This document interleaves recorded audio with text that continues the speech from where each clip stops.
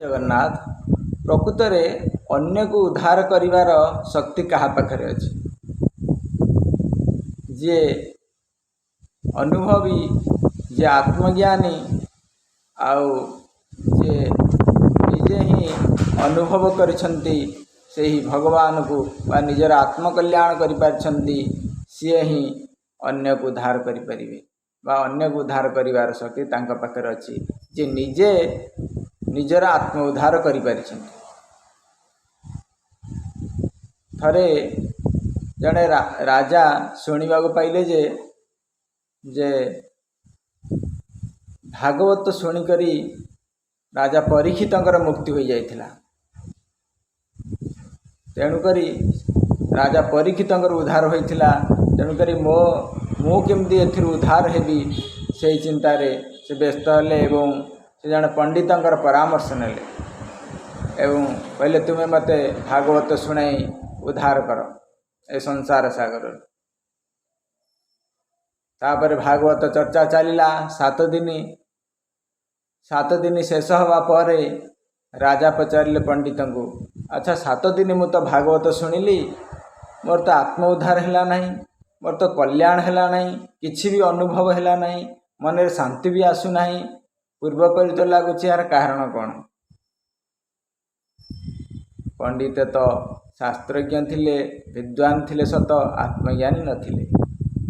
आज निजे निजर उद्धार करिना से अन्य को किपरि उद्धार करिवे। एही समय रे जने साधु आसिले कहले माने मो यार समाधान कर दे। राजा कहले ठीक अछि। तापरे साधु जनक कहले मु जहाँ निर्देश देवी तुम्हें से ही करिवो। साधु जनक 2 जन को 2टा खुंटरे बांधी देले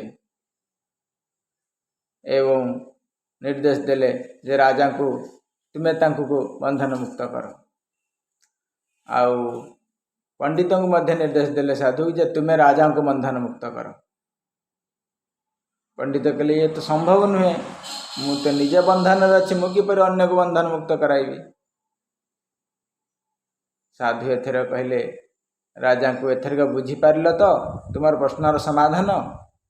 जे निजे बंधन अच्छी से किपरि अन्य को बंधन मुक्त कराइब।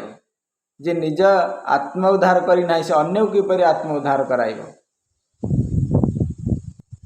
तेणुकरी निजे जे गुरु उपयुक्त जे निजर उद्धार करिसंती से अन्य को उद्धार कराई पारिबे।